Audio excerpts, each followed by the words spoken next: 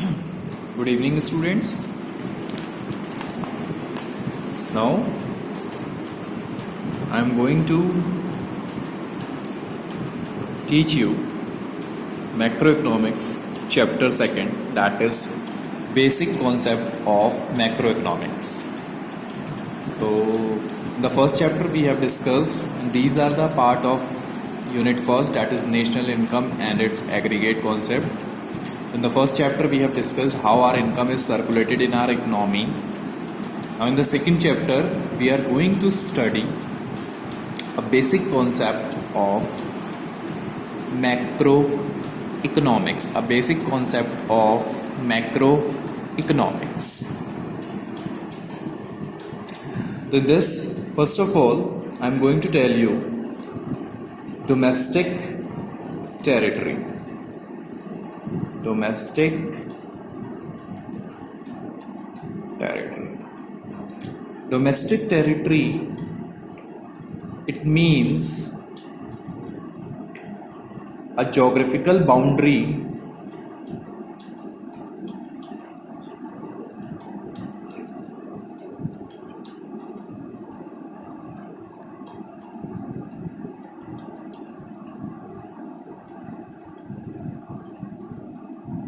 including water, air, and territories. That's clear to you? Domestic territory means a geographical boundary which include water, air, and territories.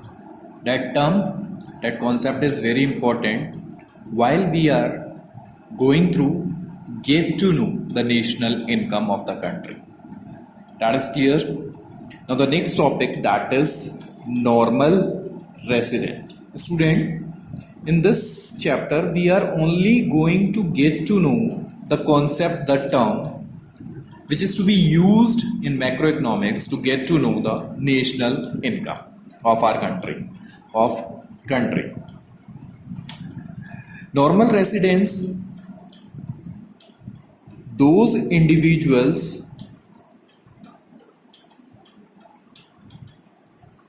or institutions who reside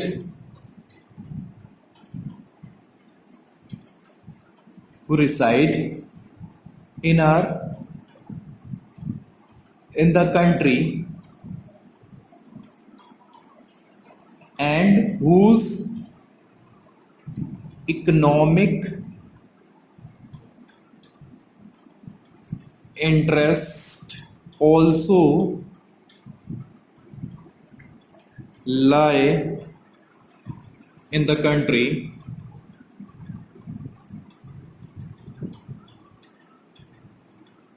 for more than 1 year. For more than 1 year, they are to be considered as a normal resident of the country.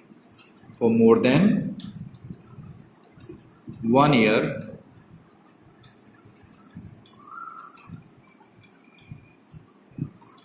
they are considered as a normal resident of the country. They are considered as a normal resident of the country.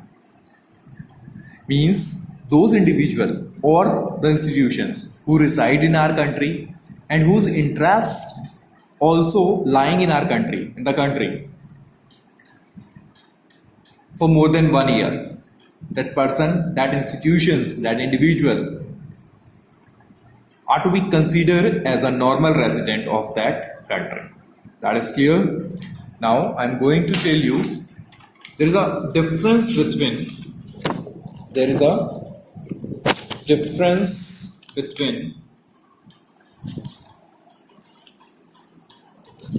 residentship and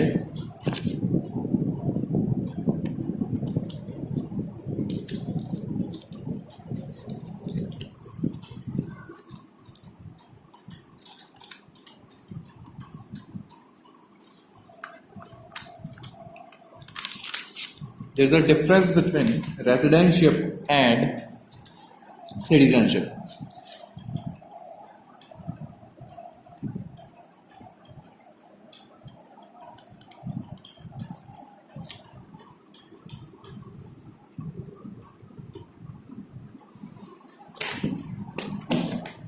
Residentship and citizenship. What is the difference in it that I am going to tell you? Citizens are those who are the person, the individual, or the person is considered as a citizen of any country when his birthplace is there, when he is born in that country, or the law is allowed that person to be as a citizen of that country. Then at that condition the person is only considered as citizen of that particular country. When person born in that country, in the country, or law allow to be a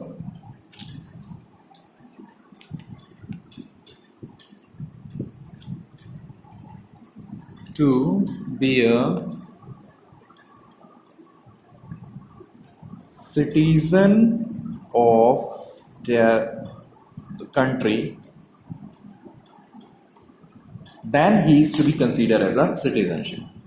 So according to both the concept, we can conclude that a single individual, he is a citizen of one country, and at the same time he is to be a resident of other country.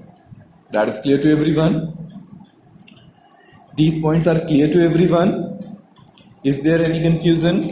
If you will be having any doubt, you will be discuss when we will connect to each other. That is clear to everyone? Now the next term I am going to tell you, that is factor income. What is factor income? The income which is received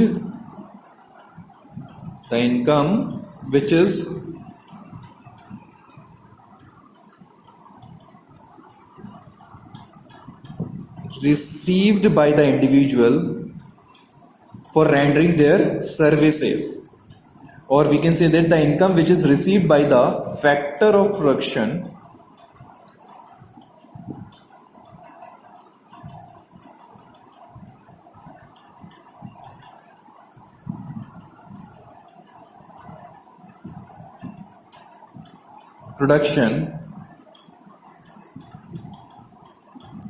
for rendering their factor services are to be considered as factor income. For example, rent, wages and salary, etc. Wages and salary, rent, wages and salary, interest. These are to be considered as factor income. Means that income which is to be received by the factor of production, that is land, labor, capital, for rendering their services, these are to be considered as what?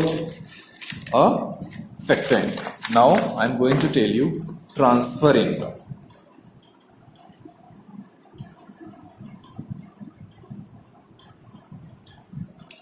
Transfer income, that the income which is received by individual without rendering any services is to be considered as transfer income, is known as transfer income. Means, for example, that is old age pension, and one more, that is donation,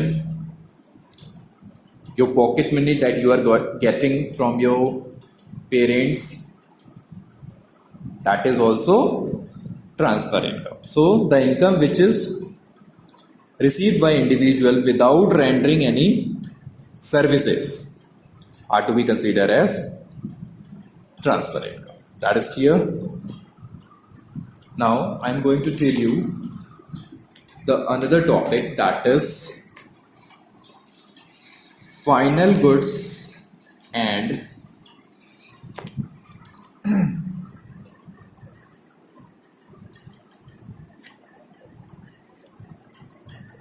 final goods and intermediate goods.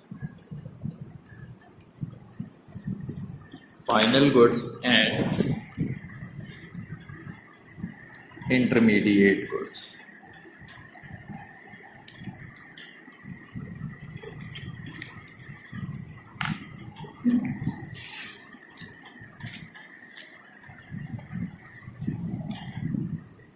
Okay.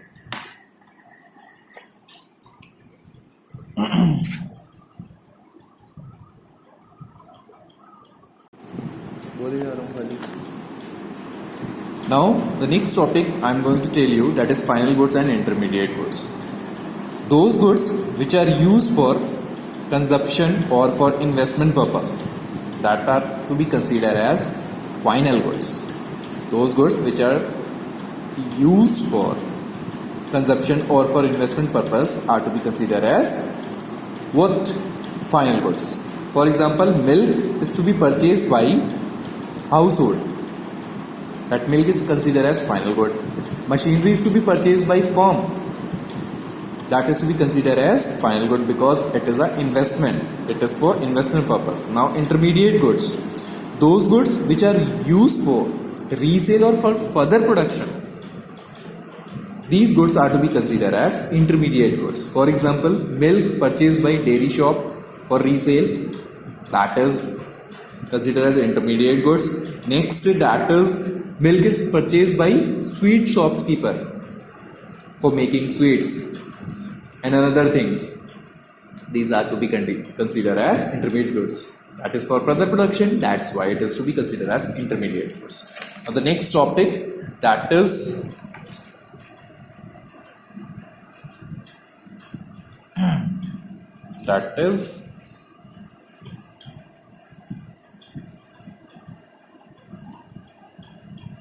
consumable goods or capital goods. Consumable goods, those goods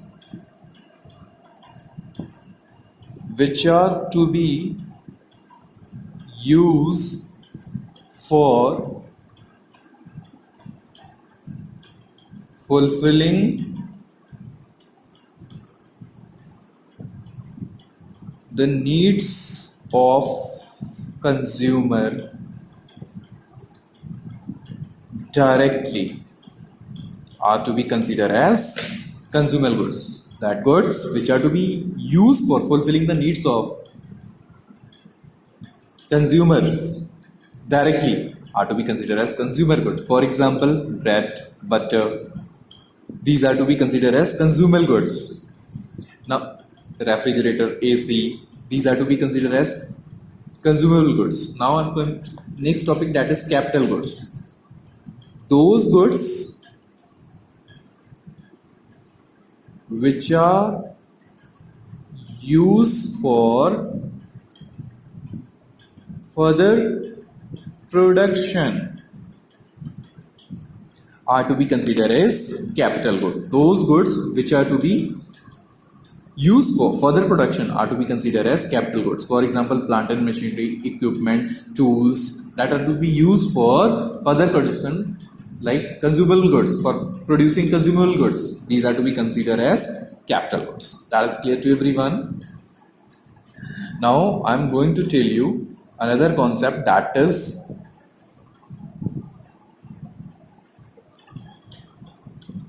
gross investment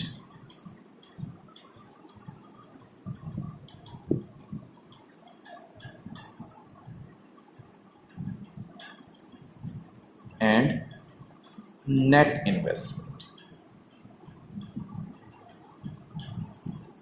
That I'm going to tell you gross investment and net investment.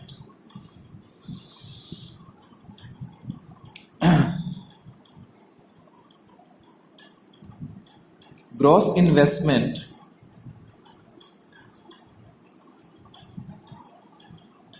the goods, the capital goods which add to the capital, addition of capital goods, addition in the stock of, addition in the stock of capital goods, addition in the stock of capital goods in the economy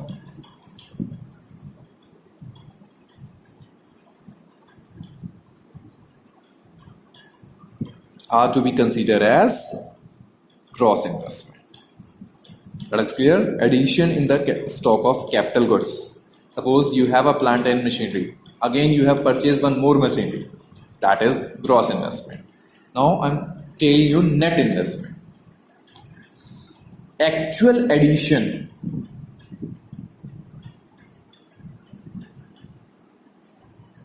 of capital goods in the economy. Actual addition of capital goods in the economy. Actual addition of capital goods in the economy are to be considered a net investment. One more thing, net investment can also be found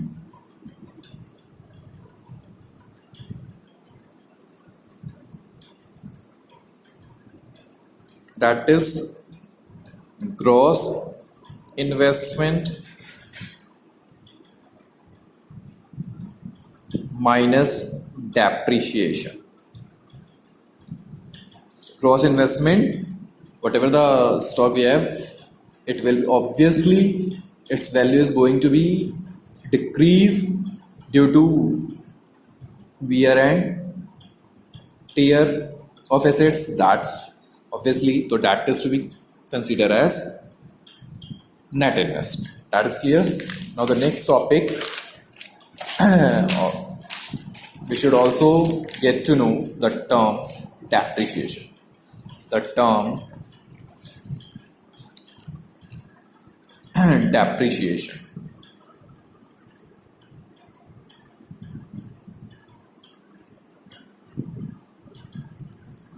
Depreciation means, it means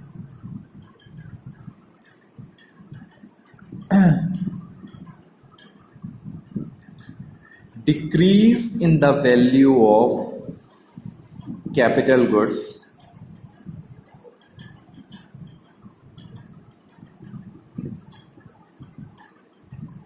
due to wear and tear of assets is to be considered as depreciation, or by the passage of time, or by the passage of time, the value which is going to be decrease of assets, that is to be considered, is because that concept is known as depreciation. That is clear to everyone? Okay. Now I am going to tell you, depreciation is clear. Now I am going to tell you another concept, that is net indirect tax. Net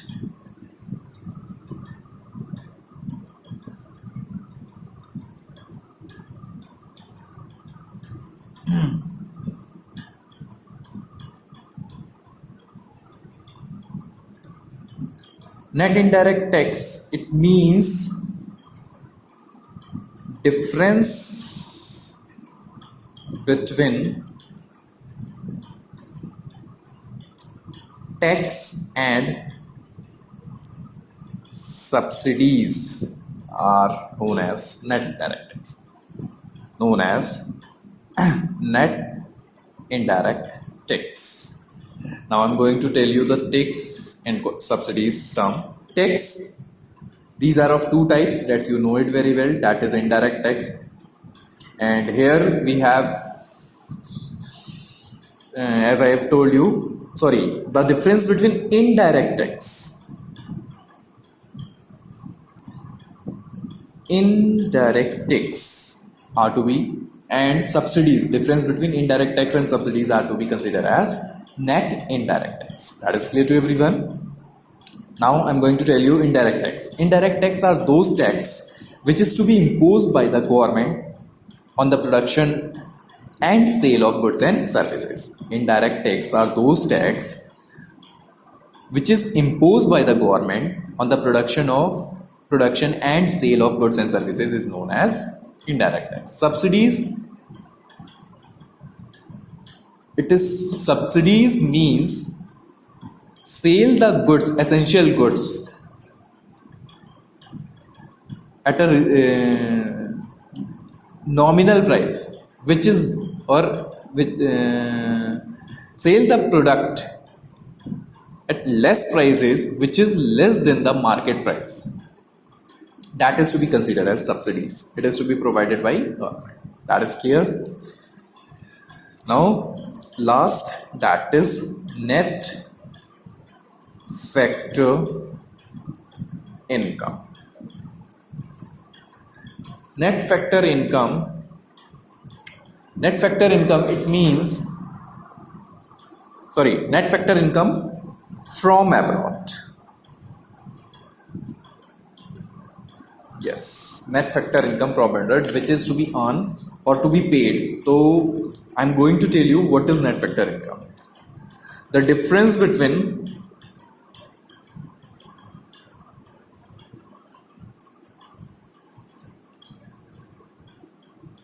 income which is received from rest of the world and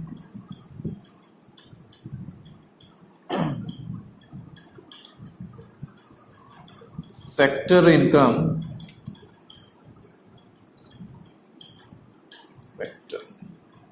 factor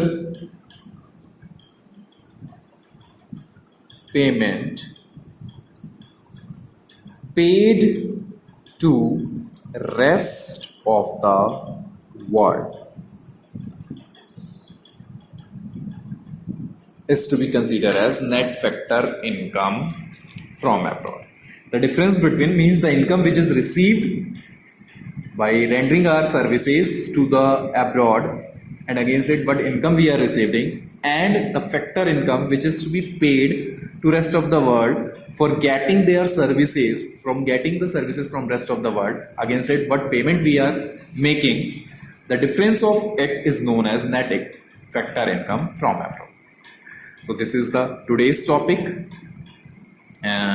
These are the terms, these are the concepts which is to be used. Important part for get to know or for the calculation of national income. That is clear.